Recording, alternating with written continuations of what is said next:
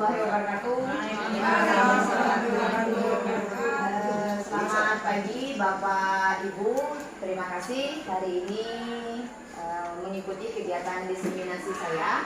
Diseminasi yang terkait dengan budaya positif yang ada di sekolah Bapak Ibu.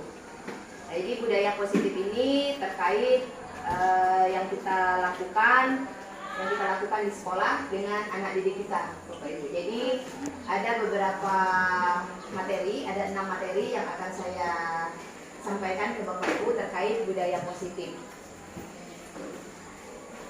Di sini ada kita mencoba ya Bapak Ibu, mencoba bukalah. Nah Bapak Ibu di sini anggap aja diri Bapak Ibu itu A.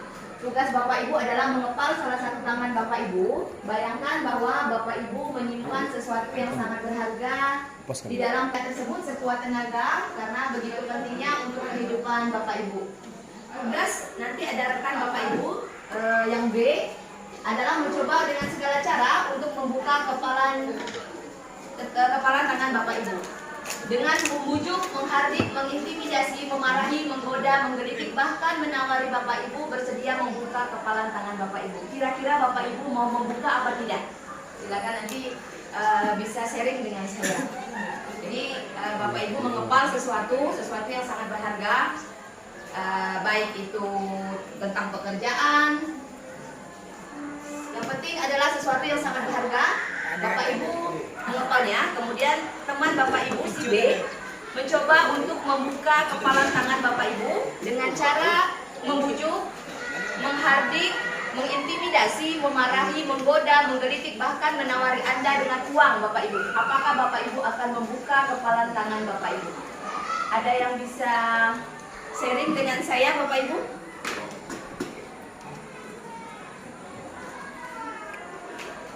Ya.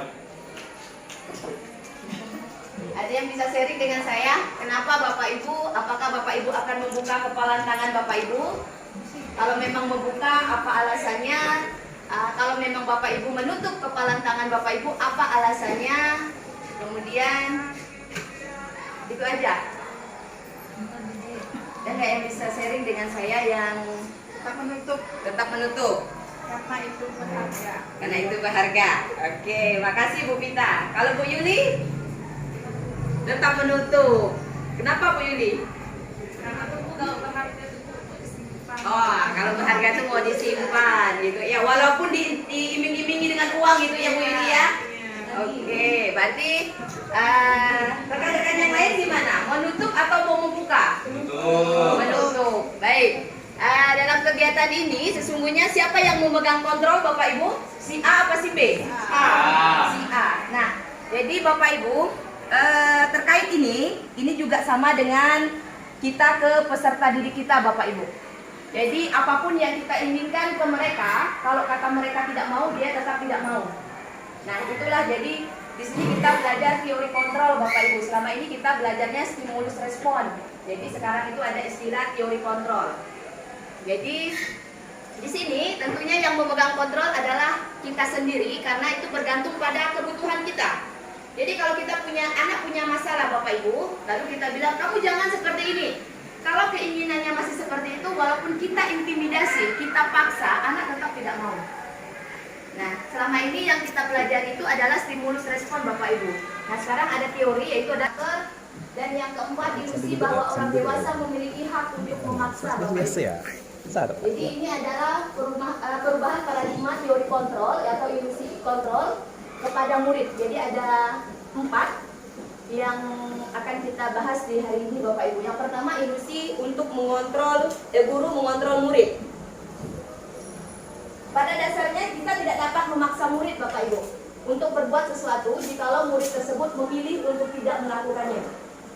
Jadi misalnya kayak kita selama ini kan kamu tuh jangan seperti ini gitu ya. Nah jadi kalau memang keinginan dia ya kayak kasus Tegar lah ya Bu ya, kadang kan kita kan sering mengontrol. Nah itu jadi saya di budaya positif ini banyak sedikit memahami karakter-karakter murid Bapak Ibu sampai ke materi ke-6 nanti. Jadi mudah-mudahan kita bisa berbagi gitu. Budaya positif ini harusnya dipelajari 18 DP Bapak Ibu. Tapi hari ini saya diseminasikan ke Bapak Ibu kurang lebih 1 jam.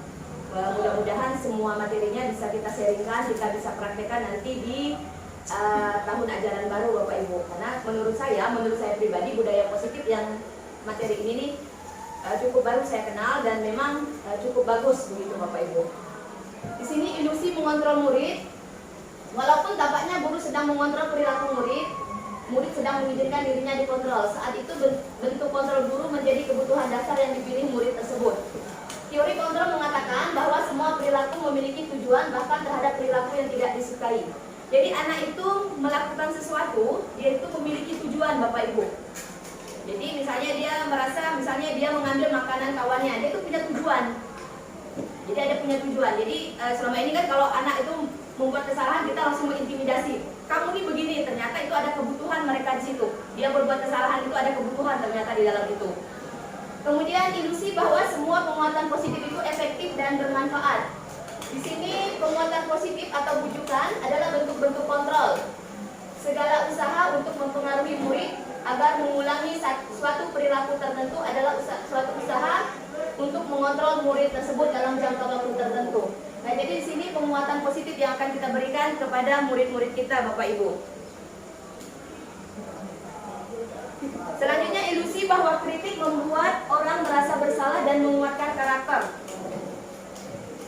Menggunakan kritik dan rasa bersalah untuk mengontrol murid menuju pada identitas gagal, Bapak Ibu. Jadi kalau kita mengkritik, biasa kan saya sebelum ini sering ya Bapak Ibu ya biasa.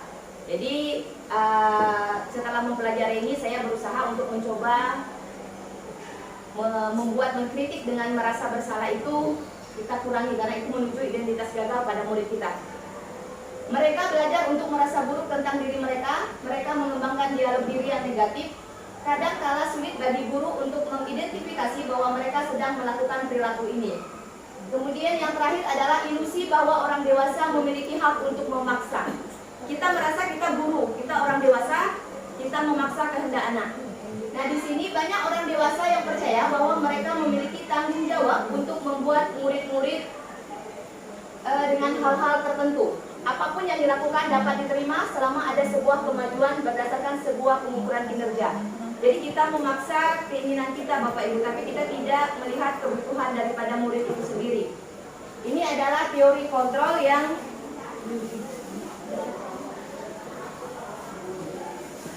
Nah kita diminta Bapak Ibu mengubah yang selama ini kita tahunya adalah stimulus respon, kemudian kita berubah pada teori kontrol. Nah dari teori kontrol nanti kita akan mengubah lagi, ada satu lagi yaitu restitusi Bapak Ibu. Jadi di sini Stephen R. Covey, betul kan enggak ya bahasa Inggrisnya? Kalau saya bukan orang bahasa Inggris ya Bu Ani dan Bu Mane, mengatakan bahwa bila kita ingin membuat kemajuan perlahan sedikit-sedikit, ubahlah sikap atau perilaku Anda. Namun, bila kita ingin memperbaiki cara-cara utama kita, maka kita perlu mengubah kerangka acuan kita. Ubahlah bagaimana Anda melihat dunia, bagaimana Anda berpikir tentang manusia, ubahlah paradigma Anda, skema pemahaman dan penjelasan aspek-aspek tertentu tentang realitas Bapak Ibu. Jadi, kita diminta mengubah cara berpikir kita terhadap anak, bahwa selama ini kita berpikir bahwa kita bisa mengontrol anak Bapak Ibu. Karena anak kalau udah kita kontrol, dalam pikiran kita kalau kita berkata kamu jangan A, harapan kita anak itu jangan A, tapi ternyata itu tidak. Karena anak melakukan A itu punya kebutuhan. Ada kebutuhan manusia di dalamnya. Nanti kita akan belajar tentang kebutuhan dasar manusia. Saya juga baru tahu Bapak Ibu setelah mempelajari materi ini bahwa anak itu, bahwa manusia itu mempunyai 5 kebutuhan dasar. Nah selanjutnya adalah perubahan paradigma stimulus respon dengan teori kontrol Bapak Ibu. Selama ini kita berada di stimulus respon, saat ini kita diminta ke teori kontrol. Nah di sini kalau di stimulus respon Bapak Ibu, realitas kebutuhan kita sama. Kita menganggap kebutuhan kita, misalnya kalau kita mau anak itu disiplin, kita maunya realitas kebutuhan kita sama. Anak itu juga bisa disiplin. Ternyata di teori kontrol realitas kebutuhan itu berbeda. Kemudian yang kedua, semua orang melihat hal yang sama. Jadi kita melihat hal yang sama Bapak Ibu. Ternyata setiap orang itu memiliki gambaran berbeda. Saya dengan Bu Mani pasti mempunyai gambaran yang berbeda tentang disiplin, kan begitu. Tapi selama ini di stimulus respon kita menganggap itu sama. Selanjutnya kita mencoba mengubah orang pada pandangan sama dengan kita. Itu tidak bisa Bapak Ibu. Di teori kontrol kita berusaha memahami pandangan orang lain tentang dunia. Jadi kita tidak bisa memaksakan pemahaman kita. Perilaku buruk dilihat sebagai suatu kesalahan, itu di stimulus respon. Jadi perilaku buruk siswa, perilaku buruk teman sejawat, kita lihat itu sebagai kesalahan. Sementara di sini semua perilaku memiliki tujuan Bapak Ibu. Di teori kontrol itu semua perilaku itu memiliki tujuan. Karena manusia mempunyai 5 kebutuhan dasar. Jadi 5 kebutuhan dasarnya ini dia memiliki tujuan tertentu. Selanjutnya, saya bisa mengontrol orang lain. Itu di stimulus respon Bapak Ibu. Jadi saya beranggapan bahwa saya itu bisa mengontrol murid saya untuk tetap disiplin. Ternyata di teori kontrol kita tidak bisa mengontrol orang lain, apalagi anak murid kita. Selanjutnya, pemaksaan pada saat bujukan gagal. Jadi kalau anak sudah gagal kita paksa dengan bujukan. Ternyata yang benar itu adalah kita harus kolaborasi dan konsensus menciptakan pilihan-pilihan baru. Jadi kita itu berdiskusi dengan anak. Sebenarnya kamu melakukan ini nih, apa sih tujuan kamu? Kenapa kamu melakukan ini? Biasanya kita sudah melakukan Bapak Ibu, cuman kita tidak diberikan penguatan lagi sebelumnya.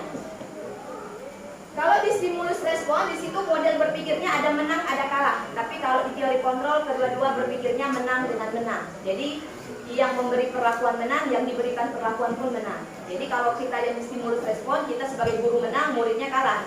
Tapi kalau di teori kontrol yang diharapkan itu kedua belah pihak itu menang sama menang. Selanjutnya disiplin positif Bapak Ibu, disiplin positif dan motivasi. Nah ini Bapak Ibu, disiplin ini sering dihubungkan dengan hukuman. Jadi kalau anak itu sudah tidak disiplin, ya kita kasih sanksi atau hukuman ya Bapak Ibu ya. Padahal itu sungguh berbeda karena belajar tentang disiplin positif tidak harus dengan memberi hukuman Bapak Ibu. Justru adalah salah satu alternatif bila perlu tidak perlu digunakan sama sekali hukuman. Itu dalam disiplin positif Bapak Ibu. Jadi saya baru membaca ini, baru saya bilang selama ini saya salah. Jadi disiplin positif itu yang benar adalah tidak memberikan hukuman, tapi itu adalah salah satu alternatif yang terakhir Bapak Ibu, kalau bisa. Menurut Ki Hajar Dewantara mengatakan bahwa untuk mencapai kemerdekaan atau dalam konteks pendidikan, menciptakan murid yang merdeka syarat utamanya harus ada disiplin yang kuat. Jadi murid pun juga harus memiliki disiplin yang kuat Bapak Ibu. Disiplin yang dimaksud di sini adalah disiplin diri yang memiliki motivasi internal. Jika kita tidak memiliki motivasi internal, maka memerlukan pihak lain untuk mendisiplinkan kita, yaitu motivasi eksternal, yaitu guru Bapak Ibu. Jadi kita sebagai guru wajib tetap melakukan disiplin, tapi konteksnya tidak pada hukuman Bapak Ibu. Ya, jadi sebelum melakukan hukuman ada istilah konsekuensi, gitu ya Bapak Ibu ya. Ada istilah lagi restitusi Bapak Ibu. Nah jadi sebelum kita melakukan konsekuensi, otomatis kita harus membuat apa dulu Bapak Ibu? Sebelum kita melakukan konsekuensi ke murid, aturan, kesepakatan, ya Bapak Ibu. Jadi sebelum pembelajaran kita buat kesepakatan. Kalau dulu istilahnya kesepakatan Bapak Ibu, kalau sekarang istilahnya adalah keyakinan Bapak Ibu. Keyakinan kelas. Keyakinan kelas ini diambil dari nilai-nilai universal atau nilai-nilai kebajikan. Di dalam profil Pancasila itu sudah termasuk nilai-nilai kebajikan Bapak Ibu. Jadi di profil pelajar Pancasila itu sudah tertuang nilai-nilai kebajikan universal. Nah jadi sebelum kita pembelajaran di kelas, baik wali kelas maupun guru mapel, hal pertama yang harus kita lakukan adalah kita membuat kesepakatan kelas Bapak Ibu. Kesepakatan kelasnya harus mengarah pada nilai-nilai kebajikan universal. Untuk jenjang sekolah itu pada profil pelajar Pancasila. Untuk jenjang sekolah itu lebih kepada profil pelajar Pancasila. Jadi kita membuat kesepakatan kelas dengan siswa lebih mengarah kepada beriman, bertakwa kepada Tuhan Yang Maha Esa, mandiri, bernalar kritis, berkebinekaan global, bergotong royong, dan kreatif. Jadi kalau misalnya kita mengajak anak itu membuat keyakinan kelas, pertama kan kesepakatan kelas dulu ya Bapak Ibu ya. Kesepakatan kelas misalnya siap dalam belajar. Nah siap dalam belajar itu kan keyakinan kelasnya bisa pada beriman dan bertakwa. Kalau kesiapan belajar berarti masuk sudah berdoa. Kemudian kritis, dia bisa bergotong royong, dia bisa berkreatif. Jadi itu nilai-nilai kebajikan universalnya.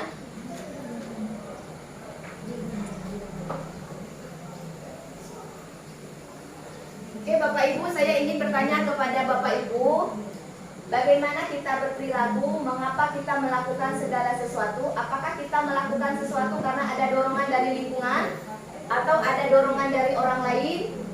Terkadang kita melakukan sesuatu karena kita menghindari rasa sakit atau ketidaknyamanan. Kemudian terkadang kita juga melakukan sesuatu untuk mendapatkan apa yang kita mau. Pernahkah Bapak Ibu melakukan sesuatu yang untuk mendapatkan senyuman atau pujian dari orang lain? Kemudian untuk mendapatkan hadiah atau untuk mendapatkan uang, apalagi kira-kira alasan orang melakukan sesuatu, Bapak Ibu. Kira-kira dari sini ada nggak yang pernah kita merasa melakukan sesuatu, ada nggak salah satunya di sini Bapak Ibu? Dari muka ya. Jadi ada ya Bapak Ibu ya, yaitu mendapat senyuman atau pujian dari orang lain, itu yang pertama. Nah, kemudian bisa saja murid itu melakukan sesuatu karena pengen dipuji oleh gurunya, bisa saja itu Bapak Ibu ya. Kemudian untuk mendapatkan hadiah, biasanya ada guru tuh. Kalau kalian betul, saya kasih 1 pulpen, gitu kan? Kalau kalian betul, saya kasih 1 pensil, itu untuk mendapatkan hadiah. Atau kalau tidak, mendapatkan uang, karena saya juga pernah melakukan itu. Kalau nilai ujian kalian tinggi, saya kasih kalian uang, tapi untung tak ada yang tinggi. Tak ada yang tinggi, gitu kan? Tapi sebenarnya Bapak Ibu, hal yang ini tidak perlu kita lakukan Bapak Ibu. Hal-hal seperti ini tidak perlu kita lakukan, karena itu bukan memotivasi yang baik untuk peserta didik kita.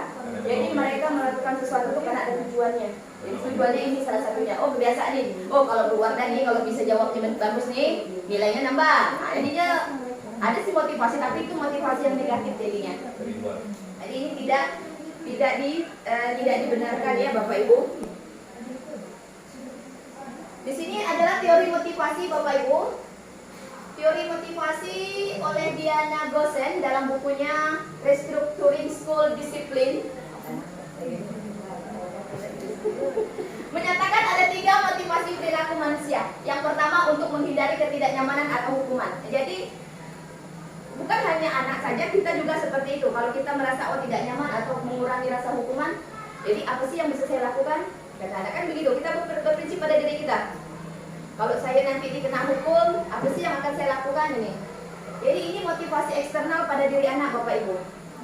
Kemudian ini tidak baik untuk menghindari ketidaknyamanan atau hukuman. Jadi makanya kita sebaiknya sebagai seorang guru kurangi poin yang pertama Bapak Ibu, sehingga murid itu merasa nyaman di kita. Jadi kita tidak perlu memunculkan hukuman. Yang kedua untuk mendapatkan imbalan atau penghargaan dari orang lain, itu juga tidak baik Bapak Ibu. Jadi ini juga kita hindari kepada murid kita. Jadi ini apa yang akan saya dapatkan apabila saya melakukannya. Nah jadi dalam prinsip anak itu, apa yang saya dapat Ibu kalau saya bisa melakukan ini. Jadi itu prinsip mereka. Jadi itu motivasi eksternal, itu tidak baik Bapak Ibu ya. Jadi yang ketiga yang diinginkan itu adalah untuk menjadi orang yang mereka inginkan dan menghargai diri sendiri dengan nilai-nilai yang mereka percaya. Salah satunya adalah nilai-nilai kebajikan. Nah ini adalah motivasi internal yang baik, yang mana ini juga tujuan disiplin positif Bapak Ibu. Jadi apabila kita melakukan sesuatu, ini motivasinya untuk saya sendiri dan untuk orang lain. Itu seperti itu Bapak Ibu. Jadi kita tidak melakukan 2 poin, tapi ada maksud dan tujuan. Yang pertama, motivasi eksternal. Kalau saya melakukan ini nih, kalau saya tidak melakukan ini, saya tak dapat hukuman. Udahlah, saya ambil santai aja. Kan begitu ya anak-anak seperti itu. Kemudian yang kedua, kalau saya bisa melakukan ini, saya akan dapat imbalan nih dari Pak Samsul misalnya kan. Nah kalau saya bisa main tundang yang bagus, Pak Samsul nak ngasih saya duit. Itu jadi anak-anak motivasinya jadi lebih kepada eksternal, bukan kepada internal.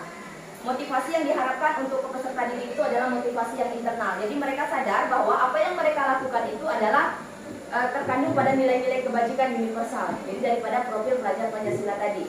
Jadi mereka melakukannya itu atas keinginan mereka sendiri. Jadi bukan atas keinginan kita yang pada poin pertama dan poin kedua. Nah di sini Bapak Ibu, selama ini kita pada kalau saya pribadi, saya pada kategori hukuman Bapak Ibu. Saya itu berada pada guru pada posisi hukuman. Konsekuensi itu bisa kita lakukan kalau kita sudah melakukan kesepakatan atau keyakinan kelas sebelumnya. Tapi kalau kita belum melakukan kesepakatan dan keyakinan kelas di awal pembelajaran, kita tidak bisa melakukan konsekuensi, Bapak Ibu. Jadi kalau konsekuensi itu kan peserta didik udah tahu, oh kalau saya melakukan konsekuensinya ini, kan kesepakatan di awal. Nah, konsekuensi yang diharapkan adalah pada profil pelajar Pancasila. Jadi bukan konsekuensinya mengarah ke hal-hal yang negatif lagi. Nah, kira-kira Bapak Ibu, kalau yang pertama mencatat 100 kali di dalam buku kalimat, saya tidak akan terlambat lagi karena terlambat ke sekolah. Itu hukuman atau konsekuensi, Bapak Ibu? Hukuman atau konsekuensi, Bapak Ibu? Mencatat 100 kali di dalam buku kalimat, saya tidak akan terlambat lagi karena terlambat ke sekolah. Hukuman atau konsekuensi itu, Bapak Ibu? Hukuman. Apa alasan Pak Am mengatakan itu hukuman, Pak Am? Karena anak disuruh menulis 100 kali, saya tidak akan terlambat lagi. Menulis 100 kali, tidak akan terlambat lagi. Kalau Pak Dai mengatakan itu konsekuensi? Karena dia ada apa ini tidak terlambat lagi tadi. Tidak terlambat lagi. Oke. Kalau Bu Sita? Iya. Sama kayaknya. Ya, hukuman atau konsekuensi? Bisa begitu. Tanggung jawab sih, lebih banyak ke tanggung jawab tuh. Nah, Kalau jadi dia berjanji untuk tidak melanggar, berarti dia harus punya rasa tanggung jawab untuk mengerjakan itu. untuk mengerjakan itu. Bukan hanya sekedar tulisan ya. Yang paling penting itu bukan hanya sekedar tulisan, saudara anak. Bukan hanya sekedar Bagaimana dia tulisan. action dia. Sesudah dia tulis action. Hukuman ada konsekuensi. Kalau janji. Dikirim. Hukuman ada konsekuensi. Tanggung jawab. Pilihannya dua. Tanggung jawab. Karena kalau aku bilang itu tanggung jawab. Tanggung jawab itu ya. Ya. Karena kita mengacu kepada perjanjian kita dari awal. Seperti kalau aku kan perjanjian awal dengan murid nomor 1 etika, nomor 2 otak. Sehingga dia waktu melanggar sesuatu etika yang nggak bagus dalam kelas, maka saya bilang, lihat aturan nomor 1, kamu melanggar etika, harusnya kamu gimana, kan begitu. Oke. Nah, jadi yang ini mencatat 100 kali di dalam buku kalimat, tanggung jawab menurut Bu Manik tadi ya, Pak Am tadi hukuman, Pak Dai konsekuensi, Bu Eka tadi konsekuensi ya, konsekuensi. Oke, ini termasuk pada kategori hukuman, Bapak Ibu. Ini termasuk pada kategori hukuman karena dia disuruh mencatat 100 kali tanpa ada perjanjian di awal kan. Jadi dia belum ada. Kemudian lari mengelilingi lapangan upacara 2 kali karena terlambat hadir di sekolah, Bapak Ibu. Hukuman atau konsekuensi? Hukuman. Hukuman. Oke. Lari mengelilingi lapangan upacara 2 kali karena terlambat 10 menit untuk pelajaran PJOK. Hukuman. Konsekuensi. Ya, konsekuensi karena dia terlambat 10 menit di pelajaran PJOK. Konsekuensi jadi sehingga bisa saja guru PJOK bilang 10 menit lagi kamu kawanmu selesai, dia harus bertambah 10 menit. Itu konsekuensi. Murid disuruh untuk tidak mengenakan sepatu seharian di sekolah karena tidak menggunakan sepatu hitam. Hukuman apa konsekuensi ini, Bapak Ibu? Konsekuensi. Karena di sekolah kan ada aturan. Karena di sekolah ada aturan. Pasti 1-2 kali sudah dikasih kesempatan atau toleransi. Yang keempat pasti harus dilaksanakan. Konsekuensinya harus dikerjakan. Konsekuensinya harus dikerjakan karena kan tadi konsekuensi itu kan udah dibicarakan di awal gitu ya. Dan yang terakhir, mengganti kertas tugas teman yang telah dicoret-coret. Konsekuensi. Konsekuensi. Jadi konsekuensinya karena dia tadi mencoret temannya, jadi kan dia punya tanggung jawab. Nah, kembali lagi kepada kata Memani tadi bahwa tanggung jawab. Jadi tanggung jawabnya dia harus mengganti. Oke, ini Bapak Ibu, perbedaan antara hukuman dan konsekuensi. Kalau hukuman itu sesuatu yang menyakitkan harus terjadi, Bapak Ibu. Itu hukuman. Tapi kalau konsekuensi sesuatu harus terjadi. Karena kan kita sudah menyepakati sesuatu gitu ya. Jadi bukan yang menyakitkan. Yang kedua, membuat anak sakit fisik maupun hati untuk jangka waktu lama, itu hukuman. Kalau konsekuensi, dia hanya merasa tidak nyaman dalam waktu jangka pendek. Karena kan kita udah menyepakati di awal gitu ya Bapak Ibu ya. Kemudian hukuman, anak membenci tentang kedisiplinan jadinya. Kalau konsekuensi, anak menghargai disiplin karena dia harus menghargai kesepakatan yang kita buat bersama. Yang terakhir, yang hukuman paksaan. Kalau konsekuensi, stimulus tanggapan. Jadi dia akan memahami kalau saya melakukan ini konsekuensinya apa. Jadi stimulus tanggapannya ada. Mendorong anak menyakiti diri sendiri. Itu kalau hukuman. Kalau konsekuensi mendorong agar anak mudah menyesuaikan diri dengan kesepakatan yang sudah dilakukan. Kemudian untuk hukuman, konsep diri yang buruk. Kalau konsekuensi, konsep diri yang baik. Anak belajar untuk menyembunyikan kesalahan. Itu kalau hukuman, Bapak Ibu. Jadi kalau kita memberikan hukuman, anak itu akan menyembunyikan kesalahan-kesalahan yang pernah dia lakukan. Kemudian kalau di konsekuensi, anak belajar untuk mematuhi peraturan. Dan yang terakhir, kalau di hukuman itu anak merasa marah, merasa bersalah, dipermalukan, merasa tak dihargai. Itu kalau hukuman. Apalagi kalau kita menghukumnya itu menjemur dia sampai dari pagi sampai sore, kan? Nah, di sini kalau konsekuensi dia hanya kehilangan hak, dibuat tidak nyaman, diasingkan untuk sementara waktu. Jadi dia diasingkan sementara waktu saja, karena paling kan kawannya hanya heboh pada saat itu. Tapi kan kawan-kawan yang lain kan udah tahu bahwa ini loh konsekuensinya kalau kita memang melanggar aturan ini. Jadi perbedaan antara hukuman dan konsekuensi, Bapak Ibu.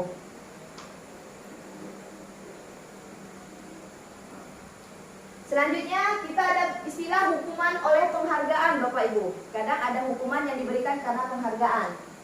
Di sini penghargaan maupun hukuman adalah cara-cara mengontrol perilaku seseorang yang menghancurkan potensi untuk pembelajaran yang sesungguhnya. Menurut Kohn, secara ideal tindakan belajar itu sendiri adalah penghargaan sesungguhnya.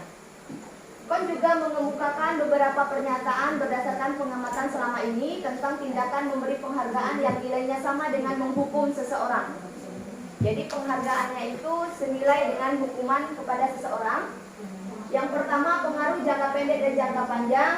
Penghargaan tidak efektif, penghargaan merusak hubungan, penghargaan mengurangi ketepatan, penghargaan menurunkan kualitas, penghargaan mematikan kreativitas, penghargaan menghukum motivasi dari dalam diri. Jadi ada beberapa hukuman oleh penghargaan. Ternyata dari hukuman ke konsekuensi itu juga belum baik, Bapak Ibu. Ada lagi istilah yang selanjutnya adalah restitusi, Bapak Ibu.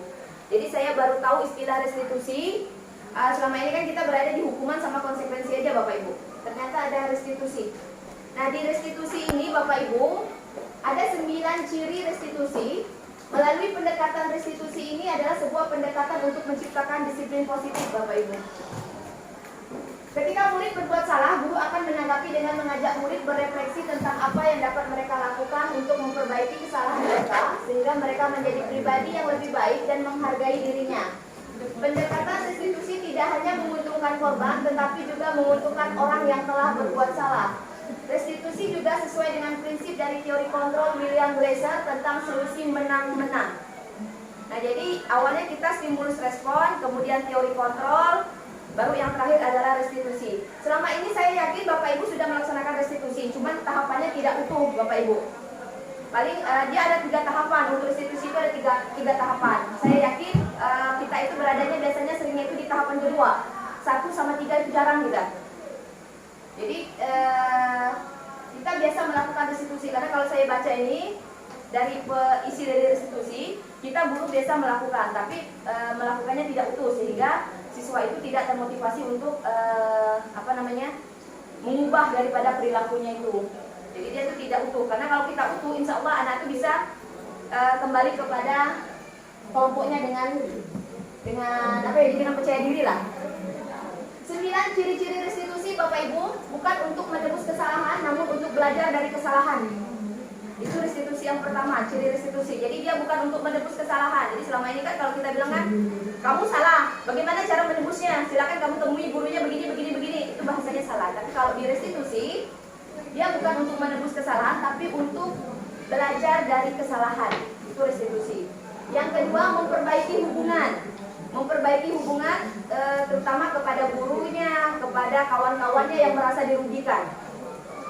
Tawaran, bukan paksaan. Jadi di restitusi itu tawaran, bukan paksaan, Bapak Ibu. Restitusi itu menuntun untuk melihat ke dalam diri anak. Restitusi mencari kebutuhan dasar yang menjadi tindakan. Karena manusia itu melakukan kesalahan itu, Bapak Ibu, terutama kita, mempunyai 5 kebutuhan dasar manusia. Manusia itu mempunyai 5 kebutuhan dasar. Kemudian restitusi paling baik, restitusi fokus pada karakter bukan tindakan, restitusi fokus pada solusi, restitusi mengembalikan. Jadi jika dia kan ketahuan nih misalnya mencontek di jam pelajaran, otomatis kan satu kelas tuh ketahuan ya, malu. Jadi dengan restitusi dia bisa kembali kepada kelompoknya dengan percaya dirinya muncul. Yang tadinya dia udah down di awal. Seperti itu Bapak Ibu. Nah di sini perbedaan antara hukuman, konsekuensi dan restitusi Bapak Ibu. Jadi kalau di hukuman itu kategorinya itu identitas gagal kita Bapak Ibu jika kita memberikan hukuman ke murid yang mana dia negatif. Kemudian kalau konsekuensi itu dia berada di netral Bapak Ibu karena kita kan sudah membuat kesepakatan di awal. Tapi kita lebih diarahkan kepada restitusi yaitu yang dengan murid atau anak menghormati dirinya dan orang lain. Di sini kategorinya positif Bapak Ibu. Jadi kita berusaha mudah-mudahan ke depannya kita bisa menggunakan restitusi ya Bapak Ibu ya untuk menghadapi siswa-siswa yang bermasalah. Jadi kita tidak langsung mengejudge kamu nih tiap hari muka kamu yang terlambat, kamu nih begini, tapi kita kan tidak tahu kenapa dia terlambat. Bisa saja hari pertama bannya bocor, hari kedua mamanya sakit. Nah, tapi nanti kan kita bisa konfirmasi ya Bapak Ibu ke orang tuanya. Gitu ya. Jadi ini restitusi. Jadi diharapkan kita kepada ke restitusi Bapak Ibu. Selanjutnya keyakinan kelas Bapak Ibu. Kenapa kita tidak peraturan saja? Mengapa harus keyakinan kelas? Kenapa kita nggak peraturan kelas? Tapi kita lebih kepada ke keyakinan kelas. Di sini kita ada contoh Bapak Ibu. Mengapa kita memiliki peraturan harus menggunakan helm bila mengendarai kendaraan roda 2? Kenapa nggak keyakinan penggunaan helm? Mengapa kita perlu memiliki peraturan 3M? Mengapa kita memiliki peraturan harus datang tepat waktu pada saat mengikuti pelatihan? Mengapa kita memiliki peraturan untuk membuang sampah pada tempatnya? Untuk mendukung motivasi intrinsik dari dalam diri, kembali ke nilai-nilai keyakinan Bapak Ibu, yaitu nilai-nilai kebajikan dari profil pelajar Pancasila. Yang mana keyakinan lebih menggerakkan seseorang dibandingkan mengikuti serangkaian peraturan-peraturan. Jadi kalau peraturan itu dia terpaksa Bapak Ibu. Tapi kalau nilai-nilai kebajikan itu dia lebih daripada intrinsik dari dalam dirinya. Jadi makanya dikatakan keyakinan kelas. Nah, nilai-nilai kebajikan di sini Bapak Ibu. Jadi Bapak Ibu bisa membuat keyakinan kelas ya seperti ini, kembalikan barang ke tempatnya. Tapi Bapak Ibu bisa mengarahkan ke anak nilai kebajikan yang dituju adalah tanggung jawab. Jadi seperti itu. Kemudian dilarang mengganggu orang lain. Apalagi kalau temannya lagi serius ngerjakan kan, usil gitu kan. Nah di situ menghormati orang lain, nilai kebajikan yang dituju. Hadir di sekolah 15 menit sebelum pembelajaran dimulai. Kira-kira nilai kebajikan yang dituju apa ya Bapak Ibu? Disiplin. Ya, disiplin waktu, menghormati orang lain juga. Guru udah masuk 15 menit, kita baru masuk. Itu ya Bapak Ibu ya. Jadi kita sampaikan ke anak bahwa nilai kebajikannya adalah pertama disiplin. Yang kedua, menghargai guru dan teman yang sudah masuk. Mungkin mereka kan lebih berpikir, oh iya benar ya. Kalau saya terlambat nih kan kesian kawan-kawan dari dalam, kan begitu. Jadi selama ini kan kita belum pernah mengarahkan nilai-nilai kebajikannya. Jadi hanya bilang, kau tak boleh terlambat 15 menit, udah itu ya kan. Selama ini kan kita begitu ya. Tapi kita tidak tahu bahwa nilai kebajikan yang dituju adalah kalau kamu tidak terlambat, kamu menghormati guru di dalam, menghormati temanmu yang sudah ada di dalam ruang kelas lebih awal. Dilarang melakukan kekerasan, di sini ada keselamatan, menghormati orang lain juga. Dilarang menggunakan narkoba. Nilai kebaikannya apa Bapak Ibu? Kesehatan, keselamatan, bergantian atau menunggu giliran. Antri, ya nilai antri. Disiplin, ya Bapak ya, disiplin. Ya. Empati betul. Menghormati orang lain kan, kita tidak main nyerobot kan. Nah, jadi itu dibiasakan. Begitu dia tiba-tiba ngisi bensin, main serobot, ya langsung dia ke depan. Karena akibatnya dia tidak pernah disiplin di awal. Selanjutnya dilarang merokok. Dilarang merokok sama Bapak Ibu ya. Jadi kita sampaikan ke anak bahwa kalian itu dilarang merokok. Nah, bahwa kesehatan. Selama ini kita cuma bilang, Pak boleh merokok di lingkungan sekolah. Itu dia yang kita tahu kan? Tidak pernah kita bilang. Udah bilang juga kok merusak kesehatan. Salah satunya. Tapi bisa menghormati orang lain juga kan. Asap rokoknya juga mengganggu orang lain. Menggunakan masker juga sama. Kemudian berjalan di kelas dan koridor. Jadi tidak usah lari-lari anak-anak. Karena apa? Nilai kebajikannya adalah keselamatan, keamanan dan menghargai orang lain. Selama ini kita bilang, udahlah jangan kita lari-lari. Biasaan kita nih. Begitu bahasa kita kan kayak gitu biasa kan. Rupanya, tapi kita lupa menyampaikan bahwa nak, kamu jangan lari-lari karena nanti kalau kamu lari-lari kan keselamatan yang pertama, yang kedua keamanan, yang ketiga orang yang kamu serempet kan merasa tidak dihargai.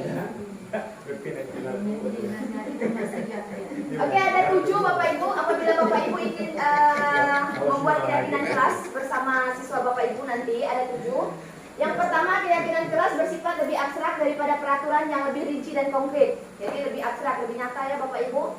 Keyakinan kelas berupa pernyataan-pernyataan universal. Jadi bisa kita pada profil pelajar Pancasila, itu aja yang lebih mudahnya. Kemudian pernyataan keyakinan kelas senantiasa dibuat dalam bentuk positif. Keyakinan kelas hendaknya tidak terlalu banyak sehingga mudah diingat dan dipahami oleh semua warga kelas. Jadi jangan sampai 20 Bapak Ibu, pening diingat. Nah, jadi buat yang urgent yang memang kebiasaan anak-anak selama ini. Keyakinan kelas sebaiknya sesuatu yang dapat diterapkan di lingkungan tersebut. Nah, yang pasti yang udah selama ini kita udah evaluasi ya Bapak Ibu ya. Oh, anak ini biasanya contek pakai HP, berarti itu boleh nanti kita siapkan. Anak terlambat, anak ribut pada jam pelajaran, nah itu boleh jadi wacana kita. Kan yang urgen ya, yang abstrak ternyata. Semua warga kelas hendaknya ikut berkontribusi dalam pembuatan keyakinan kelas lewat kegiatan curah pendapat. Nah, jadi anak-anak harus kita libatkan. Jadi bukan hanya kita saja. Bersedia meninjau kembali keyakinan kelas dari waktu ke waktu. Evaluasi Bapak Ibu, di mana-mana kegiatan pasti evaluasi. Jadi ya per 1 bulan, per 2 bulan, atau per 3 bulan kita evaluasi kegiatan daripada keyakinan kelas. Nah, ini Bapak Ibu yang saya bilang tadi, kebutuhan dasar manusia. Manusia itu mempunyai 5 kebutuhan dasar dalam melakukan sesuatu. Selama ini kita mengejak anak-anak itu kalau misalnya buat kesalahan, kamu nih, malah kau tak kau yak lain, malah kau tak kau yak keluar WC, kan begitu. Manusia itu mempunyai 5 kebutuhan dasar. Yang pertama itu bertahan hidup Bapak Ibu. Yang pertama bertahan hidup, yang kedua kasih sayang dan rasa diterima. Yang ketiga penguasaan, yang ketiga kebebasan, dan yang keempat kesenangan.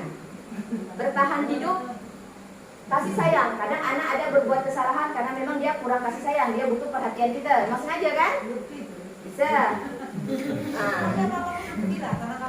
Jadi kasih sayang. Kemudian penguasaan, dia ingin diakui oleh kawan-kawannya kalau dia jago. Nah, kan? Begitu, dia ingin jago. Jadi dia penguasaan. Kemudian yang ketiga kebebasan, dia ingin bebas. Jadi dia tidak mau terkekang di situ. Dan yang terakhir adalah kesenangan. Itu adalah hobi dia. Jadi ada 5 kebutuhan manusia yang harus kita pahami Bapak Ibu. Jadi kita tidak bisa langsung mengarahkan anak itu berbuat salah itu, kamu ini begini. Tapi kita dengar dulu alasannya. Setelah kita dengar alasannya, kita mencari solusinya dengan restitusi Bapak Ibu. Jadi kita gunakan restitusi sehingga dia bisa tidak melakukannya. Nah, ini Bapak Ibu, di sini ada kasus yang mana Ibu Ambar, anggap sajalah Bu Manik ya. Ya, Bu Manik, guru wali kelas 11 MIPA 2 gitu ya. Yes. Sedang bingung menghadapi ulas salah satu murid di kelas namanya Sumi. Lutfi. Beberapa anak di kelas datang padanya dan mengeluhkan bahwa Lutfi yang seringkali meminta bekal makan siang mereka dengan paksa. Jadi si Lutfi ini mengambil bekal temannya dengan paksa Bapak Ibu. Dan si temannya ini melaporkan ke Bu Manik. Nah, jika Anda menghadapi situasi seperti Bu Manik ini, apa yang Anda lakukan? Menurut Anda kira-kira apa alasan Doni melakukan hal itu? Nah, ini ada kalau misalnya ditanya nih ya Bapak Ibu, jawaban dia misalnya dipanggil nih anaknya, didiskusikan. Ditanya, kenapa kamu Lutfi ngambil makanan temanmu? Jawabannya yang pertama, karena saya lapar dan ibu saya tidak menyiapkan bekal makan siang saya. Dari 5 kebutuhan itu, dia berada di kebutuhan mana Bapak Ibu? 5 kebutuhan tadi. Oh, lupa. Ada 5 tadi kan? Bertahan hidup, kasih sayang, penguasaan, kebebasan, kesenangan. Bertahan hidup. Kasih sayang juga termasuk. Tapi tunggu, karena saya lapar dan ibu saya tidak menyiapkan bekal makan siang saya. Oke, bertahan hidup karena dia lapar ya. Oke, yang kedua, karena saya merasa senang teman-teman jadi memperhatikan saya, terus melaporkan ke ibu dan ibu memberitahukan ke orang tua saya sehingga orang tua saya jadi memperhatikan saya. Kasih sayang. Ya, karena dia merasa kurang kasih sayang. Jadi kita tuh anak-anak melakukan sesuatu itu kita tanya alasannya dulu, Bu. Kemudian yang ketiga, biar teman-teman takut kepada saya, Bu.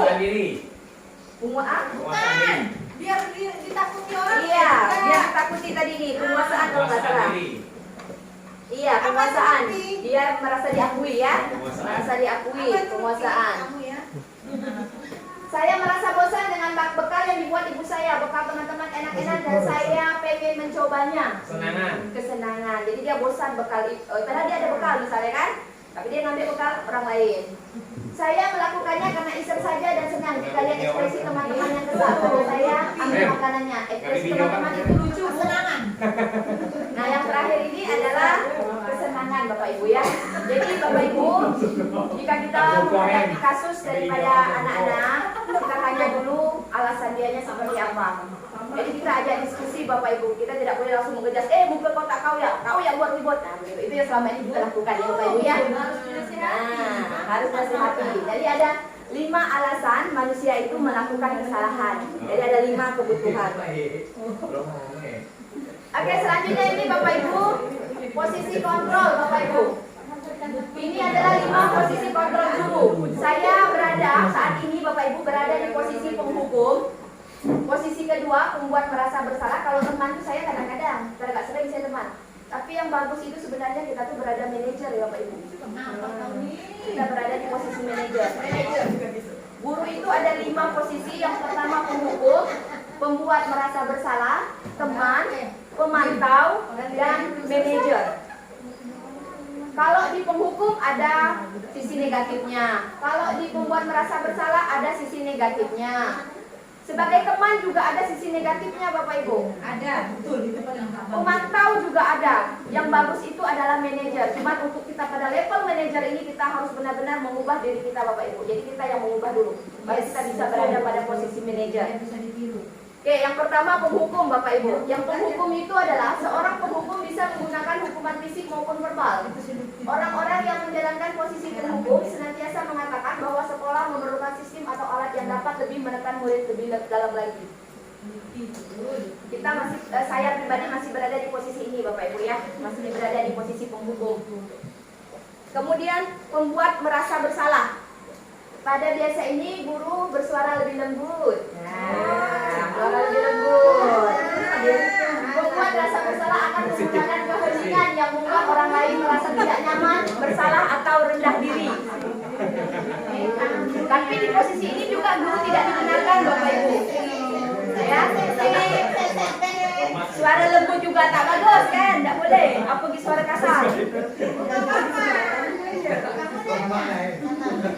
Sebagai teman Bapak Ibu, sebagai teman, di sini juga posisi guru tidak akan menyakiti murid, namun akan tetap berupaya mengontrol murid melalui persuasi.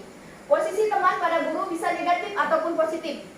Positif di sini berupa hubungan baik yang terjadi antara guru dan murid. Jadi ada yang negatifnya Bapak Ibu kalau kita berada posisi teman. Jatuh cinta nanti muridnya. Nah, jatuh cinta nanti muridnya. Apalagi guru SMA ya. Guru SMA ya kan Pi?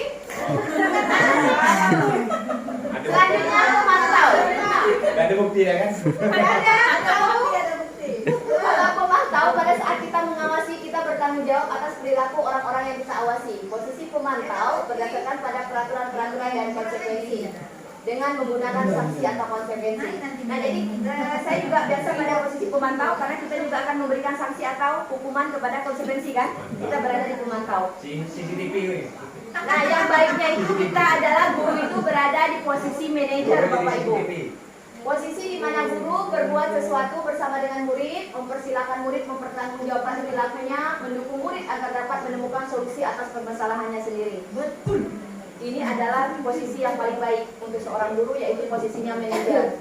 Di sini penekanan bukan pada kemampuan membuat konsekuensi, namun dapat berkolaborasi dengan murid bagaimana memperbaiki kesalahan yang ada.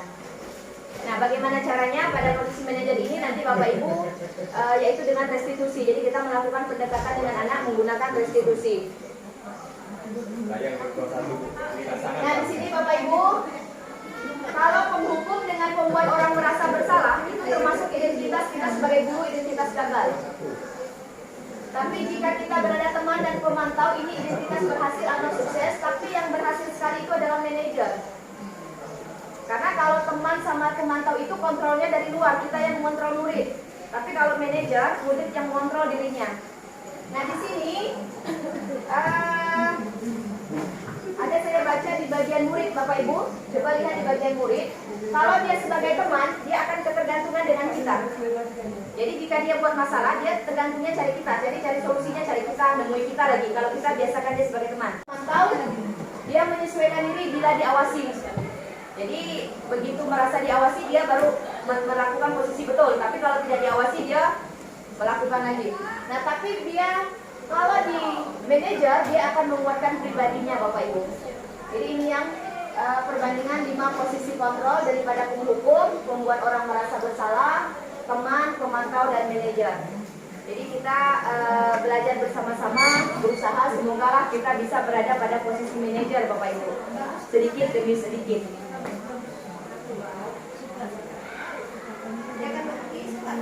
Nah, jika ada guru berbicara seperti ini Bapak Ibu, saya kecewa sekali dengan kamu. Kira-kira di posisi kontrol mana guru ini Bapak Ibu? Penghukum, teman, pembuat merasa bersalah, pemantau, pembuat merasa bersalah. Saya kecewa sekali sama kamu. Kamu tidak pernah benar melakukannya. Itu kira-kira apa Bapak Ibu? Merasa bersalah. Ayolah lakukan demi ibu bapak. Teman. Nah, jadi dia merasa, oh kalau gitu aku mau melakukannya. Kalau bapak ngomong, kalau enggak, dia enggak mau, gitu kan? Kamu selalu yang paling terakhir. Merasa bersalah. Bagaimana kamu bisa menyelesaikan masalah ini? Manajer. Ya, jadi kita bercakap dengan siswa kita bagaimana kamu bisa menyelesaikan masalah ini. Apakah kamu mau mendapatkan stiker bintang hari ini? Ya, mendapatkan stiker bintang. Jadi kita kasih anak itu dia teman. Jadi reward teman. Jadi kalau dia mau melakukan sesuatu, baru dia meminta. Baik, selanjutnya ini ya Bapak Ibu ya. Jadi jika kita menemukan siswa kita punya masalah, tadi kita lihat dulu, kita tidak perlu mengejas dulu, kita lihat dulu kebutuhan dasar apa yang dia lakukan. Jadi setelah kita tahu kebutuhan dasar yang dia lakukan tadi, apakah dia butuh kasih sayang, apakah dia butuh merasa dihargai, apa penghargaan, gitu ya Bapak Ibu ya. Jadi barulah kita melihat, kita berupaya menjadi seorang manajer. Manajer dalam menyelesaikan kasus ini menggunakan restitusi Bapak Ibu. Jadi di sini ada langkah-langkah dalam melakukan restitusi. Yang pertama adalah menstabilkan identitas, di mana teori kontrolnya kita semua akan melakukan hal terbaik yang bisa kita lakukan. Kemudian yang kedua adalah validasi tindakan yang salah. Semua perilaku memiliki alasan. Dan yang terakhir adalah menanyakan keyakinan. Kita semua memiliki motivasi internal. Jadi 3 langkah dalam restitusi ini yang akan kita diskusikan dengan siswa yang memiliki permasalahan Bapak Ibu. Jadi ya bukan hanya BK saja yang berkolaborasi. Jadi guru pribadi pun bisa melakukan segitiga restitusi ini. Nah, segitiga restitusi ini yang pertama adalah menstabilkan identitas. Apa saja yang Bapak Ibu lakukan di dalam menstabilkan identitas? Di sini Bapak Ibu. Di sini kita bisa memberikan penguatan bahwa setiap orang itu pasti pernah melakukan kesalahan, tapi kita tidak membenarkan kesalahan ya Bapak Ibu ya. Tapi kita tidak membenarkan kesalahan, tapi kita bilang bahwa setiap manusia itu pasti punya salah. Tapi kita tidak membenarkan sebuah kesalahan. Nah, di sini juga di menstabilkan identitas adalah kamu bukan satu-satunya yang pernah melakukan ini. Jadi kalau kita sudah mulai diskusinya dengan seperti itu, saya yakin anak itu sudah bisa mengungkapkan apa alasan dia melakukan sesuatu, karena kita kan sudah tidak mengejas di awal. Jadi kita tanya, saya tahu kamu pernah melakukan kesalahan, saya juga pernah melakukan kesalahan, tapi kan kita bisa introspeksi diri kan seperti itu. Ini untuk menstabilkan identitas. Kemudian setelah menstabilkan identitas, kita melakukan validasi tindakan yang salah. Validasi tindakan yang salah, salah satunya adalah kita menanyakan alasan mengapa dia melakukan kesalahan itu Bapak Ibu. Yang kedua, adakah cara yang lebih efektif untuk mendapatkan apa yang kamu butuhkan? Jadi kan anak kan pasti jawab nih, oh saya tuh melakukannya kayak kasus Doni tadi kan. Saya tadi tuh mengambil makanannya Bu karena saya lapar, kata dia ya. Ada nggak cara lain yang bisa kamu lakukan? Ada sih Bu sebenarnya, yaitu kalau saya minta, kan bisa dijawab gitu kan? Nah, kenapa kamu nggak minta? Jadi kita pancing terus Bapak Ibu, itu di validasi tindakan. Jadi kita mengatakan bahwa dia itu salah di posisi itu. Maksudnya kita bukan mengatakan salah, tapi tekstur mimik kita tuh mengatakan kalau dia itu salah, tapi kita tidak mengatakan salah. Membuat pilihan, gitu ya Bapak Ibu ya.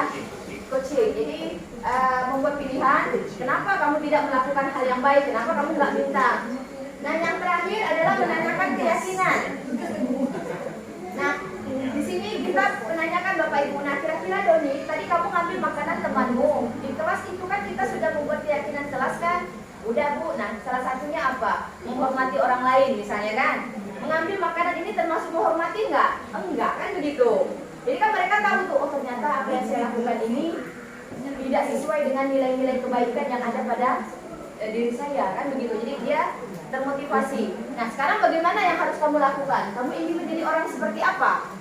Kita tanya ke dia, oh saya ingin menjadi orang yang bertanggung jawab. Saya akan pergi meminta maaf ke teman saya.